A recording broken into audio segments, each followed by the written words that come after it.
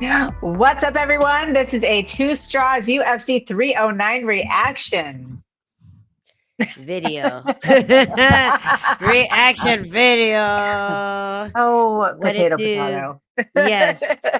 Man, what the hell? So, how did you enjoy UFC Trump Fest?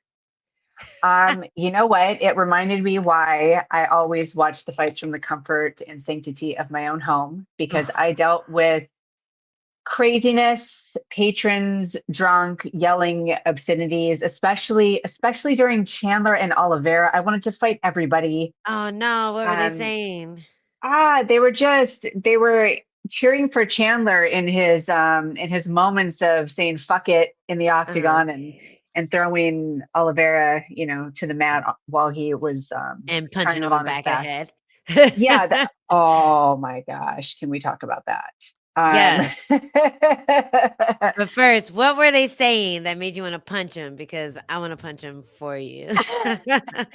they were just rooting for him like he was like he was doing the right things. He was being a showman, which I can appreciate because after all, Yeah. we are in an entertainment sport. And Chandler, if he's nothing else, he is great on the mic. He's a great entertainer, but he wasn't putting it all on line to win. He was putting it on the line to make a spectacle and entertain. Mm. And at that point, he just needed to, do what he had to do to finish the fight strong. So it was frustrating listening to everybody in the bar just cheering obscenities. Say grab a stick and twist it, like that kind of thing.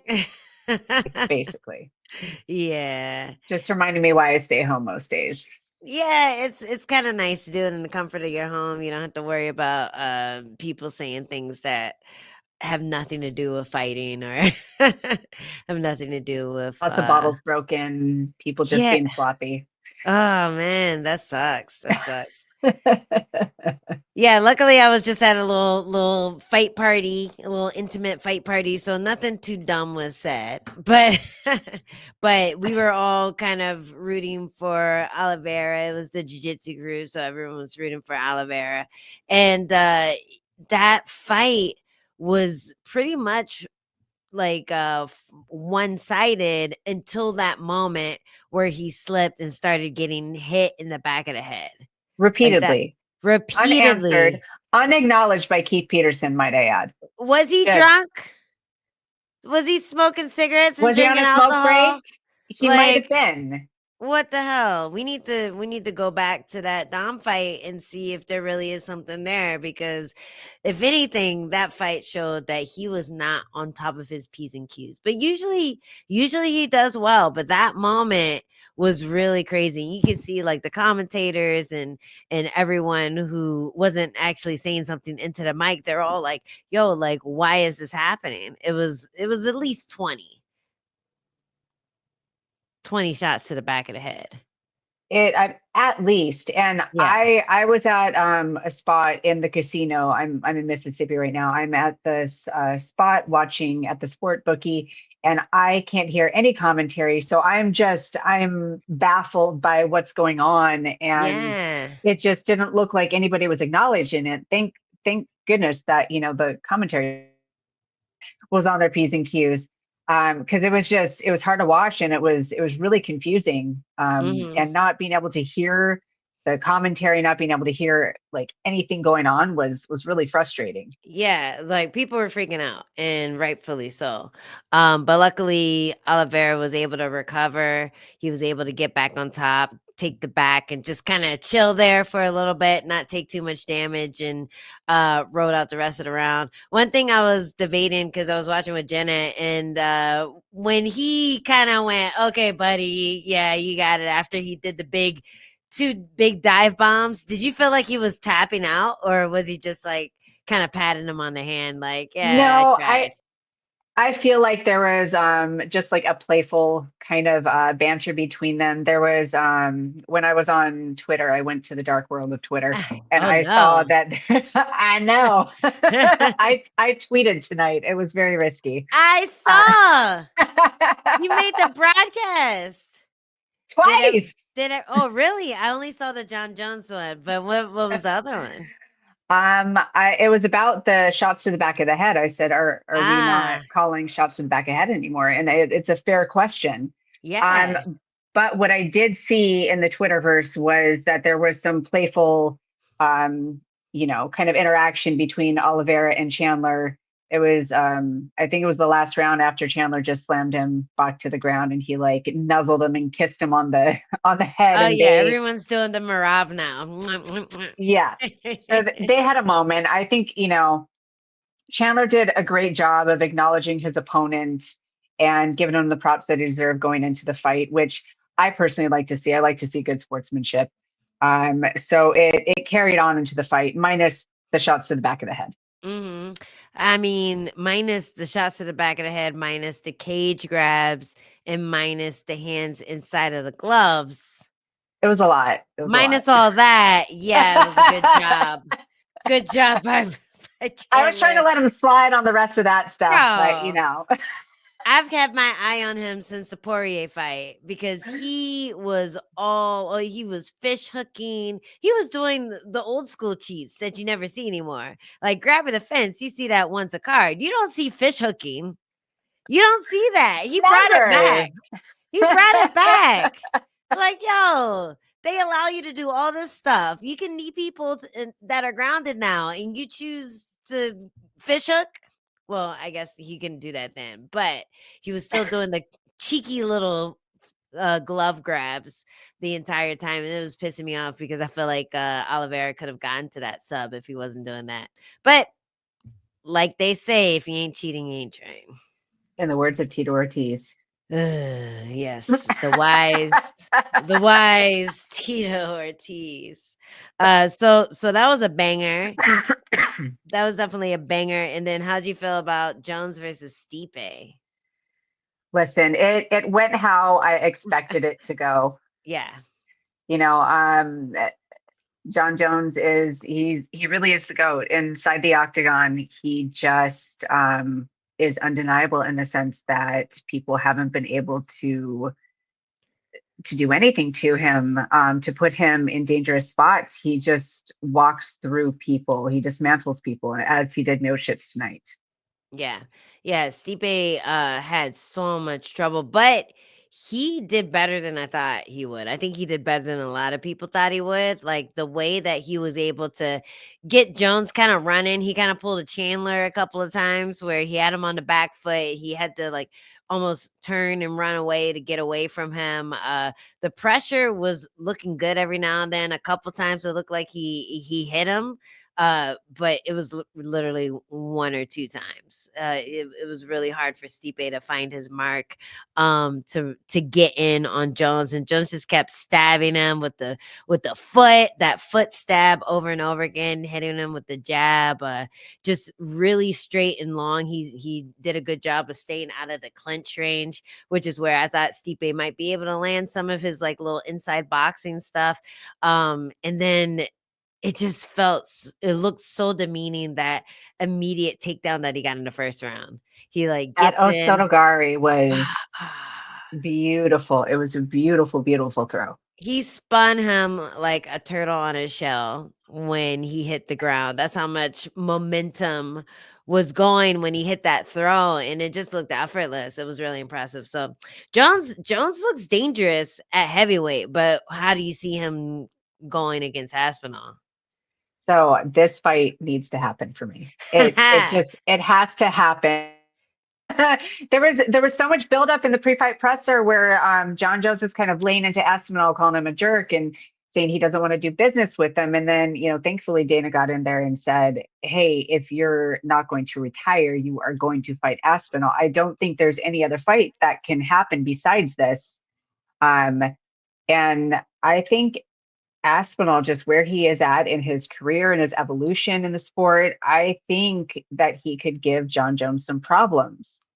Yeah. And I want to see that fight play out. Now I can't predict the future. I don't know what's going to happen, but I know that I want to see it. Yeah, I think we saw a little bit of vulnerability because Stipe looked better than we thought he would. He had a few moments where he was pressing and a few moments where he wasn't just getting beat up, and people kind of saw that and thought, man, Aspinall, he could take advantage of those moments. He could survive John Jones's pressure. He has the speed. He has like the technique and the ability, the striking ability as well to like give John Jones some trouble. So, and the power too. I think one thing Stipe was really lacking that Aspinall has is reach. And Stipe has these little tiny like T-Rex arms. He's trying to Well, yes, walk for his his way in. And it was hard for him. Like usually he knocks people out like when he's able to close that distance, and he wasn't able to. But Aspinall isn't going to have to jump that hurdle. He'll be able to kind of pick them apart as well. If Jones can reach him, Aspinall will be able to reach him. So that's a fun one to look forward to. And yeah, like you said, I think Dana was like, listen, kid, you're gonna you may be have the to fight goat, someone. but I'm the Yeah. boss. Yeah, exactly. I write the checks and or sign them or whatever, and you're gonna have to follow line. But it's fair. It's the only fair thing. If he was able to deny Aspinall again, I feel like that would just be ridiculous because like Alex Pereira has not fought a heavyweight. If that's the fight that he wants, then I think it's fair that he has to fight the interim champ. Call me crazy in order to get You're in not order crazy. call me insane. You know, I'm a madman over here. But maybe he should have to fight the interim champ before fighting someone who's not in his weight class for the to defend the belt. I'm just saying. No, I hear you. I completely agree. You're not crazy. You're not I crazy. I'm think not gaslighting. everyone agrees except for John Jones. But how happy did he look after that win? I feel like after that win, he might not be trying to go. Like he might be trying to stick around for a while. He said that in his post-fight speech. He's like, "Listen, I'm not retiring." Mm, So this, leads into a great build-up to another fight with Tom Aspinall. John Jones plays a great heel. He promotes a fight very well, better than most. So I think it'll be a really fun lead-up. We have two kind of um, opposite types of personalities in Aspinall and Jones, and I'm excited to see how it plays out. yeah, it's gonna be a fun one. Yeah, man. I it was good for that to finally happen. We could get that out of the way, bury that. Stipe got to have his little send off in the most Stipe way possible. It was very Stipe fashion. They just go, "Oh, so what's next for you?" And he's like, "I'm done. I'm done. That's it for me." And then he starts to take his gloves off, but it looks like it was too hard, so he just walks out the cage. Oh. Uh, Listen, it was always going to be a tough road back. Like no matter who he was going to fight, whether it was Jones and somebody else, that long of a layoff outside of the octagon, it's going to be tough. And to come back in a title fight it's insane. It's just like not many people can do that. yeah. Well, this is going to be kind of a shorter one because we're abroad right now, but we should just go through the rest of the card and just get like little quick hits on how we were feeling about each one. And I'd like to start with Bo Nickal versus Paul Craig. Oh, would you? I can start there. Yeah, let's do it. So I thought it was wild that people were chanting in the crowd, overrated, after Bo Nickal fought. It's a hard one. This He has less than 10 professional fights. Mm, Less than 10. And he's yeah. on the main card at MSG fighting a veteran in the UFC. It's In really hard. He is, in front of Trump, who he just went on a long golf trip with. So he's like, "Oh, I'm going to get this big knockout and have a moment in front of Donald Trump." It's a lot of pressure to put on yourself, and he was feeling it tonight, I feel like. yeah, it's really hard. He is known for his wrestling and he's learning striking on the job, basically. Mhm. And if he doesn't go for those takedowns, like he went against Craig, who is a really strong grappler. So I understand he didn't want to put himself into that situation to potentially get submitted or, get into some nasty scrambles, end up in precarious situation. I totally understand that kind of game plan and wanting to avoid that situation, but he's going to have to make up for it with the striking, which he's just not there yet. So he's in a really tough position. I don't envy him. He's, yes, on the main card, and they're putting a lot of pressure on him. It's a really tough situation, and he's going to have to really step up on it. Yeah, I was surprised that he didn't want to go to the ground, like not even at the end of the rounds, like that's usually if you're feeling a little weird about taking someone down who's scrambly, who has good submissions, you try to press at least at the end to see what you can get away with.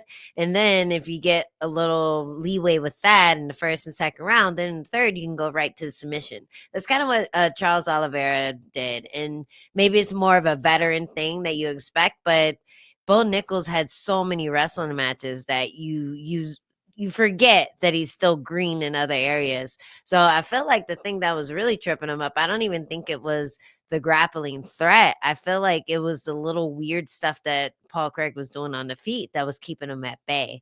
Like that kind of lead knee, lifting the lead knee, throwing it, but not really chambering it, but just throwing it. So every time he dipped in, it was kind of hitting him on the chest or almost hitting him on the chin. There was the high kicks kept standing him up. I feel like a lot of what Craig was doing was keeping him from really committing to the level change. That and the elbows too. Paul Craig was doing a lot on the feet that was just kind of at an odd rhythm. It was hard to time, and it looked like he was having trouble drawing things out and making him bite to the point where he just kind of stood still in the middle of the cage. So I feel like those were little moments showing his frustration. Craig wasn't biting on anything. If anything, when you're fighting someone who's kind of an unorthodox striker, it's hard to predict what they're going to do so that you can do your second and third move.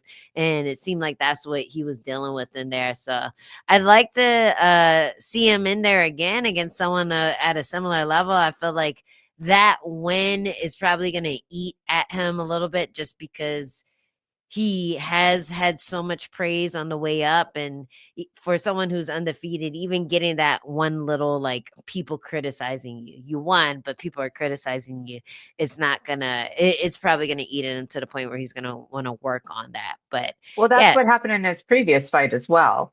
And so again, it's just he's on the main card. It's a really tough position to be in. But he still got Um, the finish in the previous fight. So I felt like at least he had that to lean on. But this time it went to decision. All three judges scored it 30-27, but I felt like Craig could have taken the first round. So it's like, oh man, this is the first time he's actually feeling something a little closer to defeat in the MMA cage. And yeah, it's definitely gonna eat at him a bit, but that's part of the game, that being in that pressure cooker and being able to figure it out. And the only thing that gets rid of those moments of hesitation is more cage time. Absolutely agree. How did you feel about Karine Silva versus Vivian Araujo? Well, Yeah. Many again, feelings. I'm All some the feelings. feelings. I'm just going down the I line. oh my God. I was Oh just in a no. bar with lots of smoking. Ah. um, okay, so this one I wrote down that I had Karine up 2-1. So Yeah. It was I the could second be, round was stupid close. it was really, really close. I gave her the first one for sure. The second one I thought was really close. I kind of thought she pulled it out. And then the third one, I thought Araujo took it over, and just, showed it. But it ended up being a unanimous decision. I thought Karina edged it. Either way, it was a great fight. The women showed up, showed out. And I was, as a spectator, as a fan, I was very happy about it. Yeah, it was a good one. I was kind of in the same boat as you, but I saw that just Araujo kind of finished strong in the second. So I'm like, I wonder if that's gonna make a difference. It looked like she might have been landing a little more in the control positions. But that third round, it was so close too. And then she got that throw in the very end. And I was like, Mhm. damn, almost I feel like she almost had it. If she just hadn't gotten thrown, she would have gotten either the second or the third round. But yeah, it was a good fight, good back and forth match. Lots of weird grappling scrambles in it. Yes. Like lots of weird I felt like Silva was just a little too aggressive, and Araujo was really good at just using that aggression against her. Yeah, she countered very nicely. I mean, it Aruja showed her veteranness. She showed her experience. She's a solid, well-rounded fighter. And Karina is still, I think she's a firecracker, but I still think she's still finding her stride in the division, still finding herself as a fighter. She doesn't have, as deep of a resume. So again, she's learning on the fly. Yeah, and a lot of finishes too. So sometimes when that finish doesn't come, it gets a little hard and you start to try to force it. And then that's when you get reversed. You get thrown into an arm bar. You get like in these weird positions where you might not have ended up against lesser competition. But I still got faith in her. She's still one of my picks. She was my lock for this card, but unfortunately Araujo is just too slick. So good job on her making it tricky. And then Ruffy versus Llontop. Lontop? Yantop? Yeah, they were calling it Llontop. I I thought it was mean, Lion Top. oh, I thought it was Lontop. I was But totally wrong. well, two L's. Yeah, I get the pronunciation. Llontop. Yantop came in quite a bit overweight. He was the one that made it a catch weight at Mm. 165, which I was surprised. I saw it. I didn't hear anything about that before the broadcast. I heard it as it was going on.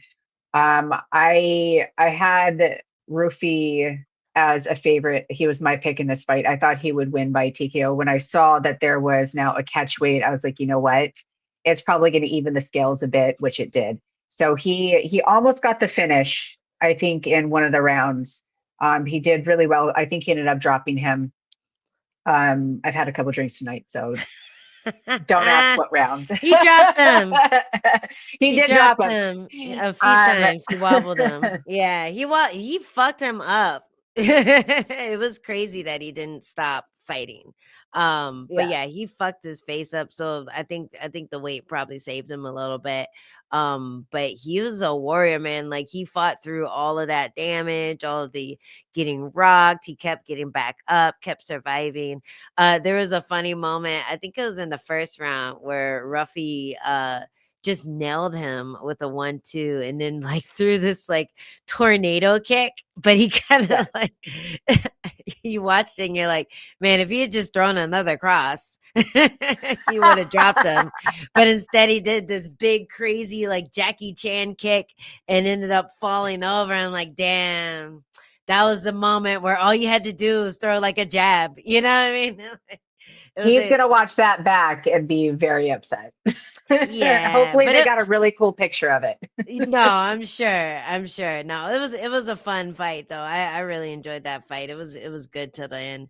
And I was really impressed with Yon I Top loved staying I in there. loved how see I was so impressed with Rufy how he was rolling the punches, and I love when he slips to the inside. It's a really Yeah. risky maneuver to do against such like a sharp striker as the on top, but he did it just beautifully. He would always slip in and come back with with a counter. So it was really fun to watch. It was beautiful striking.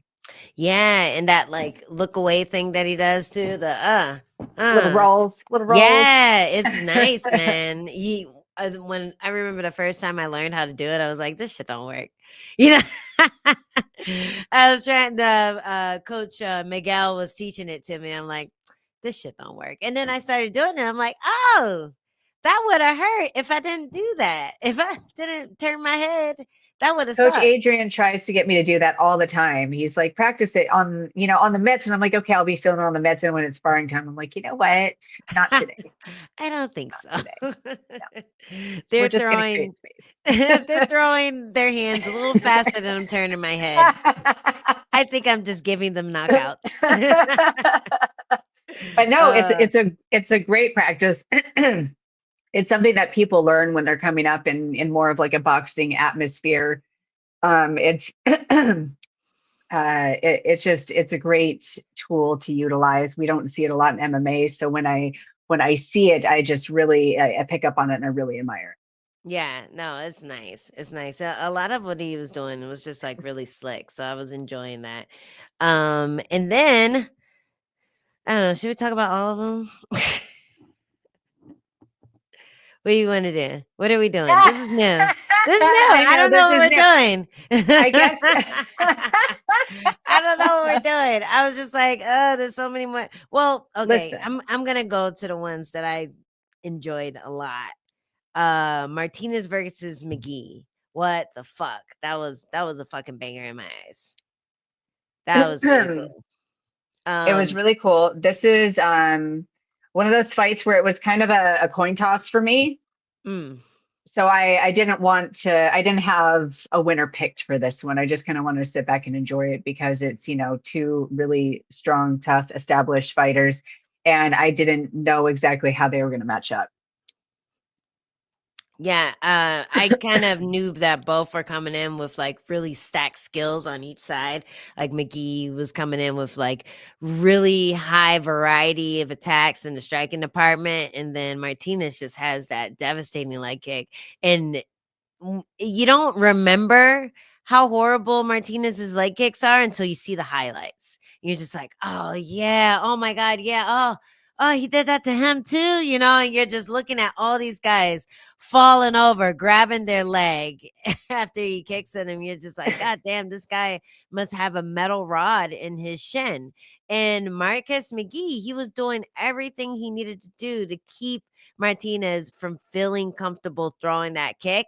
And then all of a sudden at the end of the second round, bam, like he landed right on that nerve. It's like you land right on that little bump on your thigh, where if you have like a quad muscle, that bump on your thigh, he lands it there, and it just numbs everyone's leg when he lands it like that.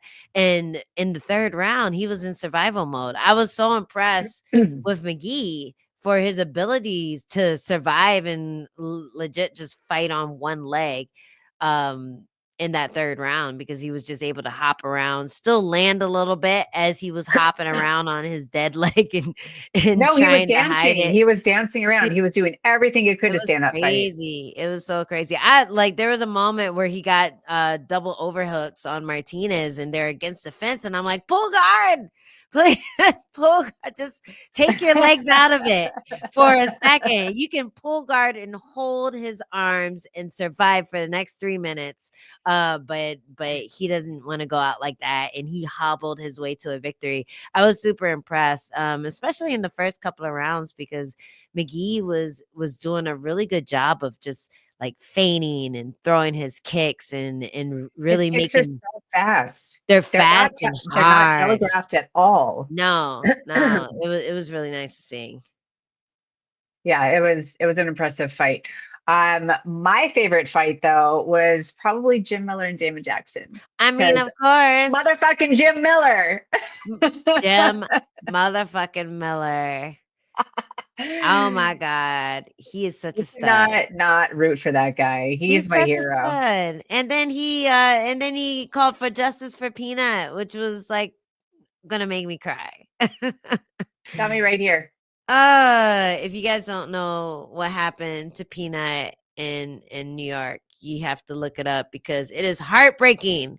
And there's no reason to do that. That's stupid. And Jim Miller is right. But man, he made a statement with his fight. I hope he fights until he's 58. Well, he said 50 fights is his hard line cutoff. Oh, He's going for 30 wins inside the octagon. Okay. I was listening to his post-fight press conference because he's he's just an awesome guy. And what And he was number just was saying, that?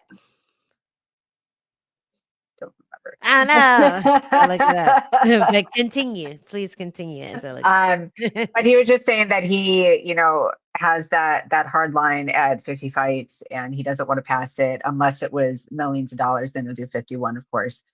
He said he's Okay. just trying to like figure out how to best set himself up for after fighting, so it's an easy transition. Him, like a lot of fighters, like myself included, we haven't worked a lot of like real jobs. So it is kind of scary, when the end starts coming and you don't know what that next step is. So I think he is kind of realizing that, he is at the heading towards the end. He can kind of see it, feel it. He's ready to figure out what the next chapter of his life is.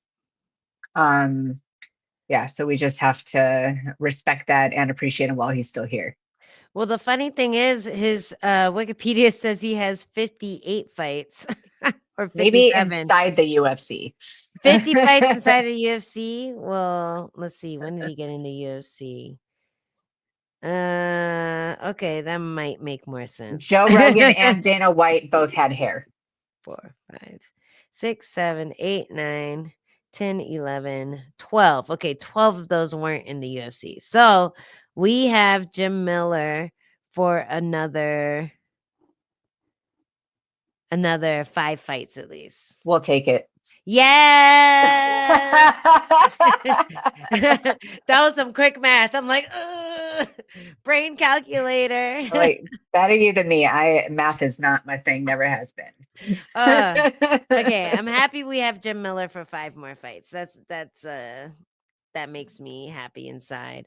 But that guillotine was so nice. I love the way he's so good at just using people's shots against him, getting his weight over the head, really cinching it in and just going for it. There's no hesitation in his guillotine. It's just like his bread and butter, and like the technique on it is so crisp. You can see Damon Jackson's head was fully torqued down, about to pop off. His whole head turned red as he tapped. It was nice. And it's a nice little extra victory because I'm noticing that, and I just noticed at this fight, I don't know how long they've been doing it. I'm sure for a while because they're shady like this, but they're doing like the percentage of stats if you are, for older fighters fighting somebody who's this many years younger. It's like a 5 age gap between the two of them, and it's more than 63% of the time the fighter who is this many years younger beats this fighter. They're fucked up stats. I'm tired of the age thing. Like, just stop it. Look, Just stop. anyone who's fighting over 35, they're all very different. Like, not one, you can look at a group of 25-year-old MMA fighters from, I don't know, from a certain area, and they're probably going to be a lot more similar. You look at a group of like 35 to 40-year-old MMA fighters, they're all going to have different things that kept them going this long. Like, you don't get fighters who have been in the game that long without a good reason. So you can't just go off of the age gap. You have to go off of what their actual skills are and why they've had that type of longevity in their career. So when you're looking at someone like Jim Miller, he's not built the same as somebody else. So you can't lump him into a category.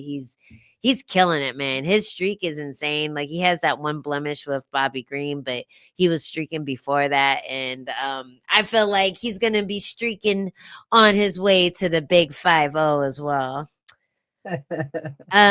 We had a crazy KO in heavyweights with Marcin Tybura. I felt like that fight was a good kind of showing that we didn't need 12-6 elbows to be illegal, because the ones that he were throwing, like, they look like they they look bad.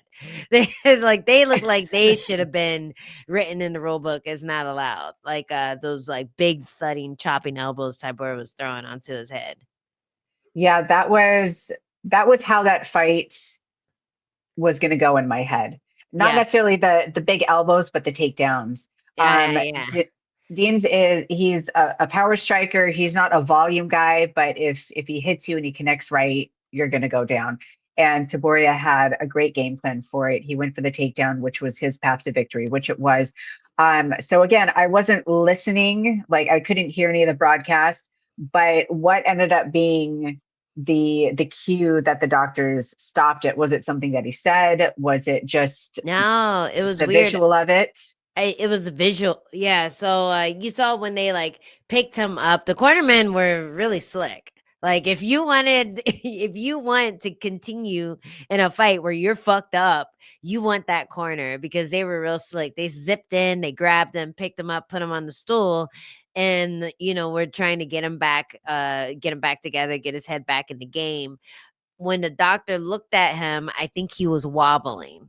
And I think that's what I think the doctor whispered to the official, "Hey, he's on wobbly legs, so we have to call the fight." And then Herb Dean called it. But yeah, it's funny because I feel like it would have continued usually. Like if you want to go stats, I feel like 90% of the time that fight would have continued into the next round. But for whatever reason, that doctor saw something she didn't like and called it. But it also felt like a good stoppage when you replay how bad he looked at the end of the second. Like his whole face was covered in blood. As they picked him up, he's like kind of wobbling, his mouth's kind of agape. He doesn't really seem to know what's going on. And then he gets to the stool and he starts to come back to life. And the only thing that like kind of made me sad for the fact that they stopped it was his reaction when they called it. Like he looked heartbroken and he looked like fully aware of what was going on. Like he didn't look like he was still rocked. So I kind of felt bad for him in that moment. Yeah, for me, it just, again, not being able to hear anything, it almost looked like there was a language barrier. There was Yeah. some sort of weird thing that was conveyed to the doctor unintentionally, because he looked like he really wanted to go on. So that was a bit confusing. Thanks for clearing that up for me. Yeah, that's what the commentary was thinking too. They're like, "Oh, maybe it's a language barrier or something. Maybe like because we had that moment with Johnny Walker where he's like, "I'm in the desert," and it's like, "But he is in the desert. But he is He was in the literally in desert. the desert. He didn't say Vegas. He's in Let the that man desert. fight. Like, come Yeah, on." yeah. Yeah, so I don't. I think it was just he was just like, "I'm good," and then she was like, you're done." Yeah, but it was a good fight. I felt like it was pretty nasty. Do you feel like the gloves made a difference in this card? Having the old gloves back because there were a lot of drops and a lot of KOs. Which is crazy because I mean, I just recently fought in the new gloves for the first time, and there's like nothing to them, Yeah, there and is paper. it's they're literally so thin. There is no Mhm. padding on it, so it's kind of crazy that um there looks to be like more impact with the old gloves than the new ones, which it's crazy to me. I was actually surprised that there weren't more instances of cuts and handbrakes with the old gloves because there was nothing to them. What my theory is that people with the new gloves, because it's so thin and it doesn't feel like you're really protecting anything, people aren't letting go as much. Like you don't I feel feel, that yeah, it's like bare knuckle. 100%. Yeah, Yeah, so you're not really committing to your punches and throwing them as hard as you can because you might break your hand. And you really want to make sure that when you land, you're landing on the soft part. Now, tonight we saw a lot of punches land on the temple, land on the side of the head because it didn't hurt. It didn't hurt that yeah. much.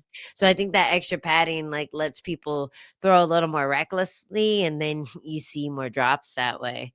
Um, By the way, Thanks, John. so I I'm out in Biloxi, Mississippi, and I last night was just at the Gamebred Bare Knuckle MMA fight. Yeah, how was that? Wow. No, they all the fights were great, and listening to the impact of a bare knuckle on a bare jaw is just it's gnarly. It's gnarly, but Ugh. it was more palatable to me because you can grappled or kicked, so it broke up the brutality of the punches for me. Yeah, But they were that's great fights. It was a great show. That's what I was saying too. Oh, we had our friend Charles Rosa, your Yes. boy. He showed out. He had a real good fight against a tough opponent. Ended up getting the anaconda on him real nice. So that was cool. Hopefully, we'll have him on as an interview next week to do a little victory lap. Um, Yes. and then right before him, there was a 48-year-old guy. I saw him versus some other dude, and I'm like, "Oh Lord, here we go." Mike Tyson versus Jake Paul again, and that guy knocked him out. The old guy And then knocked he him brought his out. dog in the cage. I've never seen it before in my life. Oh, He brought his bull, or it was his bully. Cutest, sweetest, most well-behaved pup. Brought him into the oh, cage. I It was love adorable. it. Took a victory lap with him. Yeah, it was amazing. That's goals. That's goals right there. That's gonna be me. would Would you ever do bare knuckle MMA? I know your feelings on bare knuckle boxing. Yeah, bare knuckle boxing is a hard no, but just the fact that there would be able to be grappling, I'm a little bit more open to the idea of it. But still, just listening to the sound of the impacts was pretty gnarly. It's Yeah, it looks they're different. just messed up. Yeah, it looks different. Like when you're watching it and you see the impact, people react differently. It's like I don't know. It just feels like when people are wearing gloves, they can take it a little bit more, even with the new UFC gloves or whatever. But when people are getting hit with a bare knuckle, they wobble a lot faster. Like their whole body gets interrupted. It's like they get shocked, like by electricity. So it's kind of crazy to see the difference in that, like how much difference just a little bit of padding makes because it's real. It's like a real street fight. And suddenly the punches have a lot more I guess consequence. So you don't want to get hit. You don't want to take one to give one. You want to get out of the way, and then give one and then take them down so you don't hurt your hands anymore. No, you said it perfectly. And I was surprised at how few people were really trying to grapple.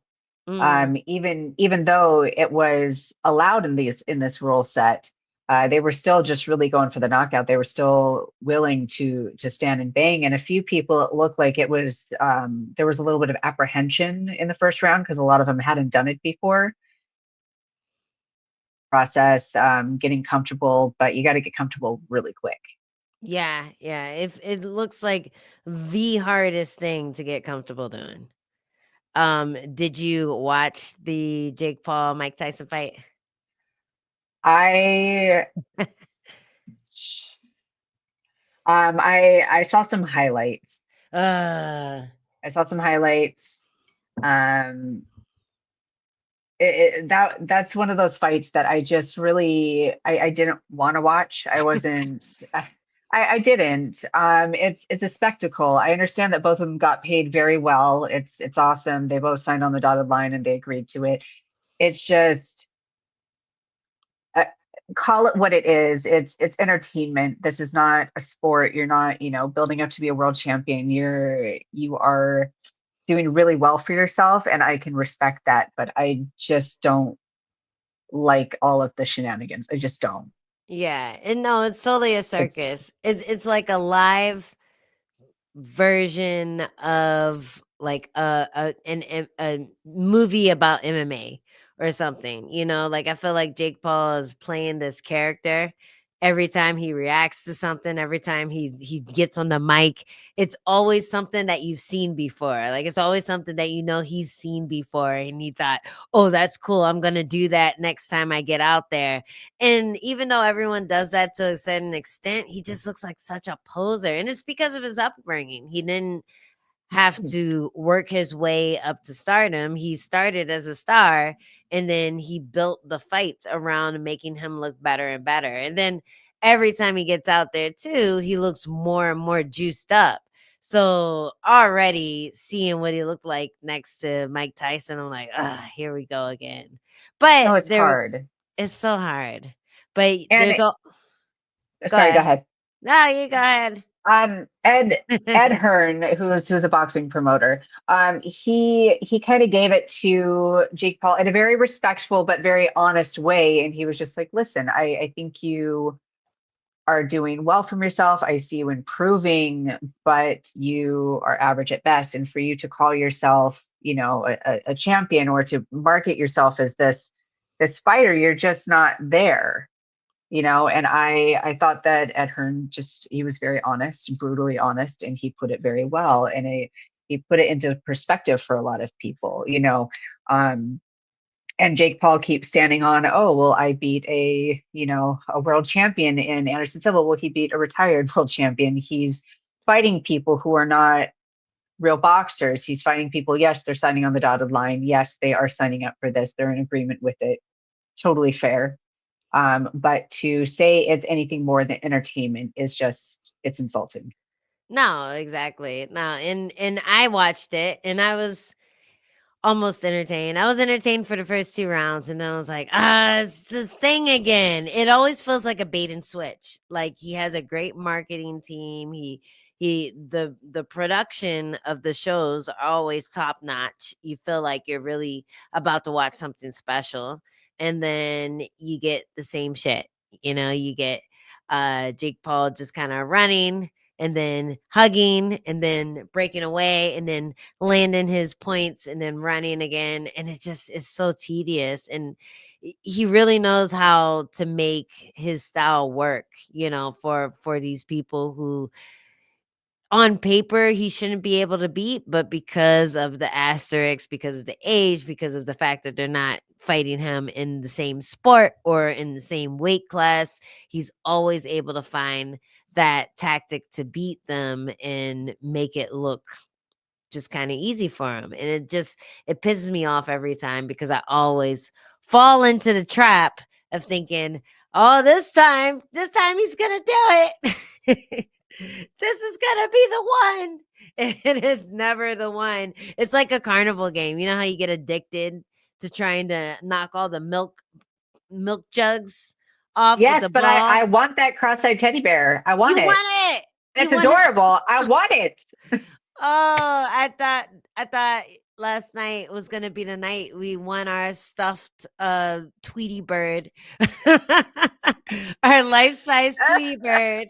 I thought last night was gonna be the night, but it didn't happen. And I was just so frustrated that I fell into the trap again. And it's gonna happen again and again. And I'm pissed that he knows how to work the human psyche. It's like how people know how to make viral videos like he grew up doing. He was born into that.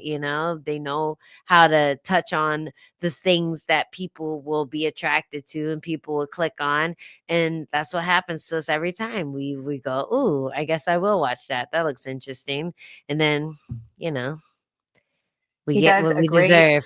yeah, he really does do a great job of making you tune in because you want him to fail. You want to see they want to see something spectacular, so people keep tuning in. He does a great job of this repeat.